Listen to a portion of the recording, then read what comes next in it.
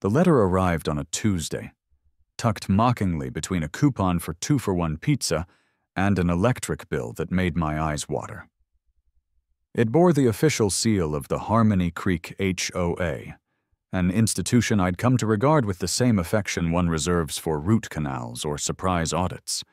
The envelope felt heavier than usual, weighted perhaps by the sheer density of the bureaucratic nonsense contained within. I slit it open with a butter knife, scanned the preamble about maintaining community standards, and got to the meat of it. Violation. Notice, HC, Lawn Care 04B. Reason. Failure to maintain lawn in accordance with community aesthetic guidelines. And then, the kicker. The adjective that launched 1,000 tiny tombstones. Lawn exhibits a generally lifeless appearance, lacking appropriate vibrancy and presenting multiple areas of aesthetic concern. See attached photographic evidence. Attached, indeed, was Exhibit A, a slightly blurry photo of my front yard, taken from the street, with angry red circles drawn around a couple of brownish patches near the mailbox. Lifeless. Seriously? What did Mildred, our HOA president and reigning queen of curb appeal, expect? Did she want my fescue to perform photosynthesis with more pizzazz? Should the dandelions be jazz-handing their way through the bluegrass? Lifeless, I muttered to my empty coffee cup. It's August in the Midwest, Mildred. Things get a little tired. It's called summer. Maybe the grass is just contemplating its mortality. Now, let's be clear about my lawn. It wasn't a contender for better homes and gardens. I work from home as a freelance graphic designer, which means my schedule is flexible, my motivation is variable, and my dedication to achieving a chemically induced, unnaturally uniform carpet of green is, shall we say, minimal. I mowed it, usually. I occasionally remembered to water it, especially the parts visible from Mildred's house across the street. It had clover. It had dandelions, which I preferred to think of as cheerful yellow accents. It was, in short, a perfectly average, slightly neglected suburban lawn. It was alive, damn it. Just maybe not living its best life according to the Harmony Creek chlorophyll police. This wasn't the first shot fired in the Great Lawn War, of course. A couple of weeks back, I'd received the preliminary warning, a gentle nudge suggesting my turf required remedial attention. My remedial attention involved finding a half-used bag of generic fertilizer in the garage, scattering it vaguely over the brownest spots, and hitting it with the sprinkler for 10 minutes. Problem solved, right? Wrong. Apparently, my efforts lacked the required vigor. I'd even tried reasoning with Mildred directly. I caught her one morning meticulously trimming her already immaculate hedges with what looked like surgical scissors. "Morning, Mildred," I'd ventured, trying for a neighborly tone. "Got the note about the lawn. Seems a bit harsh calling it a lifeless, doesn't it? It's just a bit dormant in the heat." Mildred straightened up, visor perfectly aligned, gardening gloves spotless. "Gregory," she'd said, her voice carrying the distinct chill of disapproval. "Your lawn is the first impression visitors have of Harmony Creek. It reflects on all of us. Its current state is moribund. It lacks vitality." She actually had a laminated color chart she consulted. Acceptable shades range from emerald green to forest canopy. Yours is currently hovering around disappointing beige. "Moribund?" I repeated, tasting the ridiculous word. "It's grass, not a critically ill patient. Are you going to start fining the maple trees when they turn brown in October?" "Deciduous trees undergoing natural senescence are covered in Bylaw 24, Section F, Paragraph 3, she'd replied, without missing a beat. "Your lawn, Gregory, is simply unacceptable. You have 7 days to achieve appropriate vibrancy, or a fine will be assessed according to Schedule 7A. She turned back to her hedge, the conversation clearly over. And now, the fine had arrived. $50. $50 for failing to meet an arbitrary standard of vibrancy. $50 because my lawn was deemed lifeless. The word echoed. Lifeless. Lifeless. Lifeless. An idea, terrible and brilliant, sparked in the compost heap of my indignation. $50 for lifeless grass. I was on the phone with my friend Kevin, pacing my kitchen like a caged tiger who'd just been fined for inadequate stripe vibrancy. Can you believe the nerve? Kevin, bless his supportive heart, was trying not to laugh too hard. Dude, lifeless is rough. What'd she want, pom-poms and a pulse? What are you gonna do? I don't know, I groaned, slumping into a chair. Maybe spray paint the brown spots green? Hire a squirrel choir to sing uplifting songs to the roots? You could put up little chalk outlines on the dead patches, Kevin suggested helpfully, like tiny crime scenes. Chalk outlines, I murmured, the wheels beginning to turn. Getting warmer, but needs more commitment, more permanence. The word kept bouncing around my brain, lifeless. What do you do with the lifeless? What do you do with the dead? You honor them? You memorialize them. Kev, I said slowly, the crazy idea blossoming like a corpse flower. She wants life? Vitality? What if I just embrace the theme, lean right into the lifeless accusation? What are you talking about, man? Planting weeds, ironically? No, I said, a grin spreading across my face. If my lawn is dead, Kevin, if it's truly lifeless, then it deserves a proper resting place, a memorial park. I'm going to install a pet cemetery. There was a stunned silence on the other end, followed by a sputtering noise that eventually resolved into uncontrollable laughter. A pet cemetery? On your front lawn? Greg, you're insane! Mildred will literally explode! Precisely, I crowed, feeling the sweet, sweet rush of impending passive-aggressive chaos. Malicious compliance at its finest. She wants to call my lawn lifeless? Fine. I'll make it the most lovingly memorialized lifeless lawn in Harmony Creek. The rest of the afternoon was a blur of manic energy. I grabbed a notepad and started sketching. A small, central area, perhaps enclosed by a low, slightly crooked, faux wrought iron fence. And headstones. Lots of little headstones. This wouldn't be some slapdash affair. It needed style. Or at least commitment to the bit. I started brainstorming names and epitaphs, giggling like an idiot. Fluffy, 2010 to 2024, he chased his last squirrel up the great oak tree in the sky. Goldie the goldfish, age 6 weeks, swam against the current, briefly. Captain Cluckers, unknown, 2023. Finally crossed the road. Mr. Bigglesworth, 2008 to 2022. He purred his last. Too soon? Puddles the hamster, 2021 to 2021. He ran the wheel of life with gusto. Snowball the bunny, 2020. Too pure for this world and Mildred. Rocky the raccoon, frequent visitor. He tipped his last trash can. Okay, maybe not Rocky. The list grew, fueled by caffeine and spite. I needed about a dozen headstones, varying slightly in size and shape, all looking appropriately weathered. But where does one acquire custom, fake pet headstones on short notice?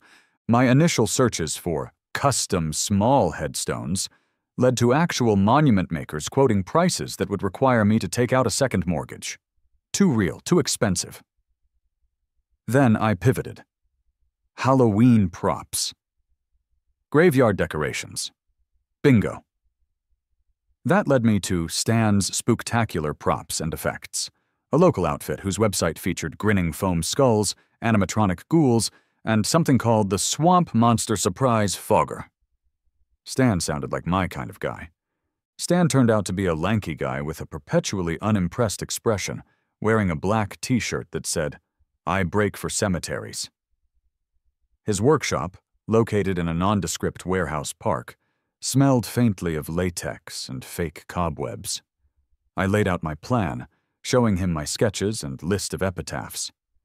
He listened patiently, chewing gum at a steady rhythm. When I finished, he just nodded slowly. "Pet cemetery," he repeated, his voice a dry monotone. "Right. Foam core headstones? Resin maybe for durability? You want the aged look, cracks, moss effect?" "Yes," I said enthusiastically. "Weathered, mossy, maybe a little tilted, like they've been here a while. But you know," I lowered my voice conspiratorially, "obviously fake if you look too close. This is more about the concept." Stan shrugged. "No problem, done weirder. Did a full-scale alien autopsy scene for a guy's garage last year. Little green dudes, UFO wreckage, the works. Pet headstones are easy." He took my list. "Fluffy, Goldie, Captain Cluckers. Got it. Need 'em by Friday, standard rush fee applies." Friday morning, Stan pulled up in a battered van with "Stan's Spooktacular Props and Effects. We bring your nightmares to life," emblazoned on the side. He unloaded a dozen surprisingly convincing foam headstones, each artfully aged and bearing one of my ridiculous epitaphs. He also had a few sections of flimsy black plastic fencing designed to look like wrought iron. "All right, where do you want the dearly departed?" Stan asked, hefting Puddles the hamster. I directed him to the brownest, most lifeless patches on my lawn. We arranged the headstones in a rough semicircle, tilting a few for that authentic, neglected graveyard look. We hammered in the stakes for the fence, creating a small, slightly pathetic enclosure. It looked utterly, gloriously absurd. The neighborhood reaction was immediate. Mrs. Henderson paused her Pomeranian's walk, staring open-mouthed. Dave, from down the street, drove by slowly, gave me a confused thumbs up, then drove around the block to look again. And across the street, Mildred's curtains were twitching like they were having a seizure. It took less than an hour for her to storm over. She marched across my lawn, carefully avoiding the actual headstones, I noted, her face a mask of pure, unadulterated rage. "Gregory!" she bellowed, her voice tight with fury. "What is this abomination?" I adopted my most solemn expression, clasping my hands respectfully. "It's a memorial garden, Mildred," I said, my voice hushed. "A tribute. My lawn was deemed lifeless, remember? I felt it only right to honor the memory of the little lives that might have, previously graced this spot, or spots like it." "This is not a memorial garden. This is a mockery, a macabre display. It's tacky, it's morbid, it's a violation of Section 12 regarding lawn ornaments." "Are these ornaments, Mildred?" I mused, tilting my head. "I see them more as historical markers, documenting the transient nature of life." I gestured to one stone. Take Goldie, for instance. Her time was short, but her impact profound. Don't you think? "I think," she hissed, leaning closer, "that you are deliberately antagonizing me and this entire homeowners association. I am writing you up for unapproved structures, inappropriate lawn decor, and creating a display detrimental to neighborhood character. Expect the fine notice immediately." She spun around, nearly tripping over the tiny fence, and stomped back to her house, radiating waves of pure indignation. Stan, who had been quietly packing up his tools, watched her go. "She seems nice," he deadpanned. "A ray of sunshine," I agreed. The new fine notice was slipped under my door before lunch. This time it was $100. The pet cemetery war had officially begun. The $100 fine stung, but instead of making me reconsider, it just poured gasoline on the fire of my absurdity. Mildred wanted war? Fine, but I was going to bring ghosts to a lawn fight. If I had a pet cemetery, however fake, it needed lore, it needed history, it needed spectral activity. That's when the idea struck. The Harmony Creek Historic Pet Cemetery Ghost Tours. It was perfect. It combined my creative streak, my desire to annoy Mildred further, and the potential to maybe recoup some of these ridiculous fines. I fired up my laptop and designed a flyer using the spookiest free fonts I could find. Beware! The headline screamed in dripping red letters. Harmony Creek Historic Pet Cemetery. Ghost Tours. Explore the chilling history of Harmony Creek's forgotten companions. Hear the tragic tales of spectral squirrels and phantom fish. Feel the brush of unseen whiskers. Dare you walk where Captain Cluckers crossed over? Tours depart Fridays at dusk from the lifeless lawn. Corner of Elm and HOA Tyranny. $5 suggested donation for cemetery, upkeep, and ectoplasm research. I printed 50 copies. I posted them on the bulletin board at the local coffee shop, the laundromat, and the library, until the librarian took it down. I even crept out late one night and slipped one under Mildred's doormat. The following Friday, as dusk began to settle, I prepared for my inaugural tour.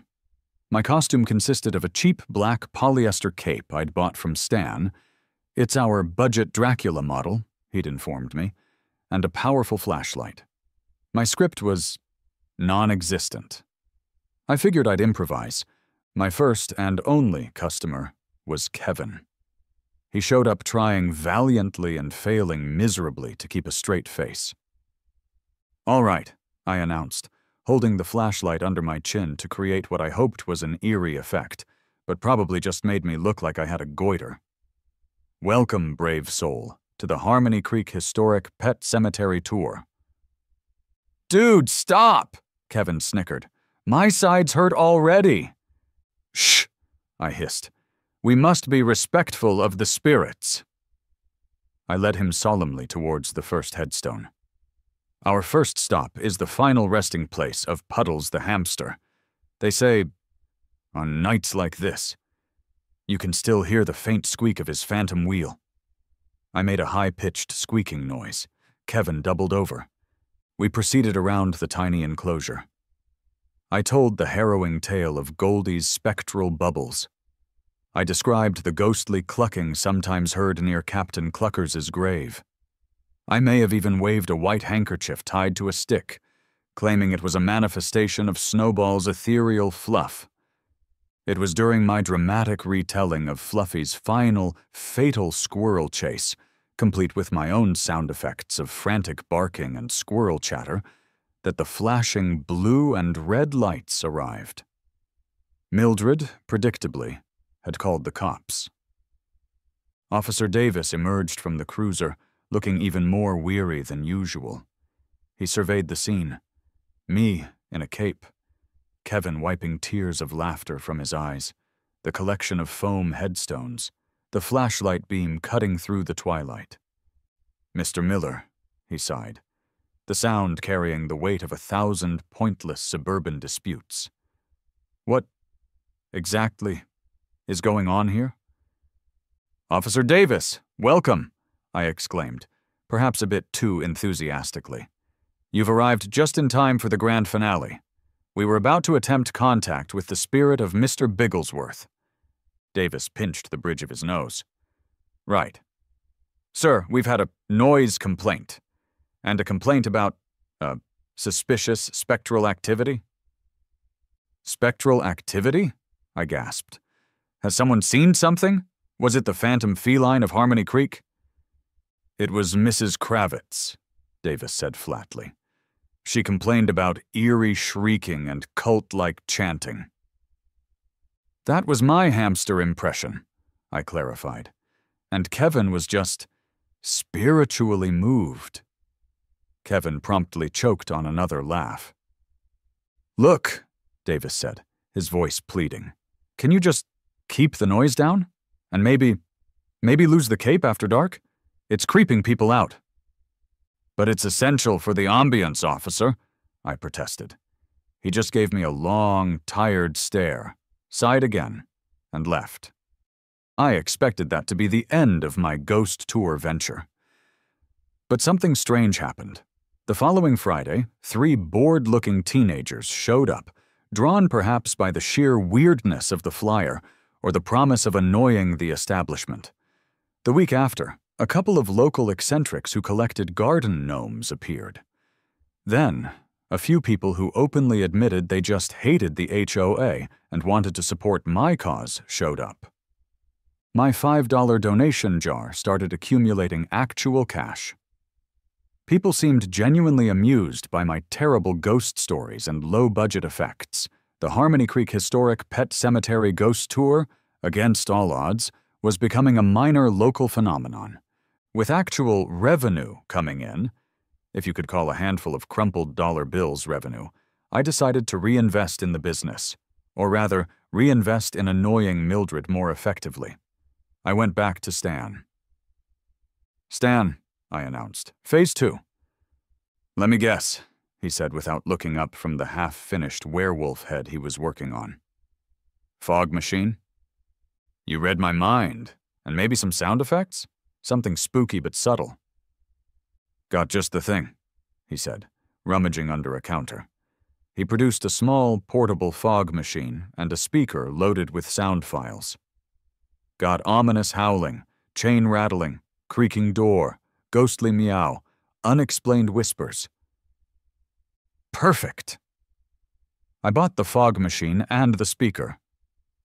The next Friday's tour was significantly more atmospheric.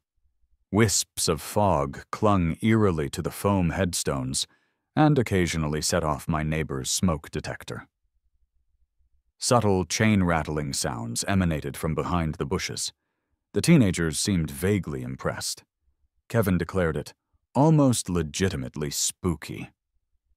Mildred, however, was not impressed. Her fury reached new heights. The HOA lawyers drafted another, even more threatening cease and desist letter, this time targeting the tours specifically. It accused me of running an unlicensed business, violating zoning ordinances for commercial activity in a residential area, creating a public nuisance with the fog and noise, and potentially desecrating the sanctity of, well, something. It was all very dramatic. "They can't stop art, Kev," I declared, waving the letter. "This isn't a business, it's performance art, a commentary on suburban ennui and the transient nature of lawn care." "Is that what you're gonna tell the judge?" Kevin asked skeptically. "Maybe," I mused. "Or I'll just argue the cemetery is a historical landmark commemorating the great lawn lifelessness of 25, and the tours are educational." Mildred, meanwhile, was trying to rally the neighborhood against me, distributing flyers warning about declining property values and the dangers of attracting undesirable elements, presumably ghost hunters and teenagers. Her success was limited. Most people were either amused or just tired of the whole drama. Predictably, Officer Davis paid another visit, prompted by yet another call from Mildred. This time, she'd apparently claimed I was impersonating the deceased pets and running an unlicensed haunted attraction without proper safety permits. Davis looked like he was seriously contemplating early retirement. "Mr. Miller," he said, his voice flat. "The tours, the fog machine, the ghostly meows." "Atmosphere, officer," I insisted. "Essential for effective performance art." "The HOA is threatening to sue the city now," Davis said, looking me straight in the eye. "They claim we're not enforcing zoning laws by letting you do this. My sergeant is really unhappy. Is there any chance you could just stop?" "But officer," I protested, gesturing towards the small group gathering for that night's tour. "The people demand spectral squirrels. My public awaits." He just shook his head slowly and drove off, the picture of utter defeat. The final showdown occurred, as expected, at an emergency HOA meeting. The clubhouse basement was standing room only. Mildred, armed with her PowerPoint, legal threats, and a face like thunder, laid out the case against me, demanding the immediate removal of the ghastly cemetery, the cessation of the disruptive tours, and the imposition of maximum fines for my numerous transgressions. When it was my turn, I strode to the podium, clutching a copy of Stan's invoice. "Ladies and gentlemen of Harmony Creek," I began, "we are here tonight because of grass. Because of one woman's opinion that my lawn lacked vibrancy." I recounted the whole saga, emphasizing the pettiness of the initial fine. Mildred called my lawn lifeless, so I gave it a memorial. Is it conventional? No. Is it harming anyone? Absolutely not. I held up Stan's invoice. This isn't just foam and paint. This is an investment in historical preservation, a monument to all the pets who've graced our neighborhood. I then launched into a defense of the tours as constitutionally protected performance art, a vital contribution to local culture, and possibly a deterrent to actual crime. Who would rob a house with ghostly meows emanating from the lawn? Just as Mildred was about to explode, Dave, the recycling bin guy, stood up. "You know," he said loudly, "I kinda like the cemetery. It's funny. And frankly, Mildred, your constant complaining about every little thing is more detrimental to neighborhood character than Frank's foam tombstones." A surprising murmur of agreement went through the room. Even the board members looked uncomfortable. After a tense, whispered consultation, the chairman banged his gavel. "The board, finds Mr. Miller's lawn display unusual," he stammered. "However, given the lack of specific prohibition against memorial gardens and the artistic nature of the tours." He trailed off, clearly lost. "We, tabled a motion for fines pending further review of the bylaws regarding performance art and spectral manifestations." It wasn't exactly a victory, but it wasn't a defeat either. It was a deeply weird stalemate. Months later, the Harmony Creek Historic Pet Cemetery remains. Mildred glares at it daily, but the fines stopped. I agreed, as a compromise, to limit the ghost tours to October and to keep the fog machine usage to a minimum. Sometimes, sitting on my porch, looking out at the little foam headstones nestled in my still slightly brown grass, I have to laugh. It all started because my lawn was lifeless. Mildred wanted vibrancy, vitality. Well, she got it. Just maybe not the kind she expected. My lawn might not win any awards, but thanks to Fluffy, Captain Cluckers, and a healthy dose of spite, it's definitely the liveliest dead lawn in town.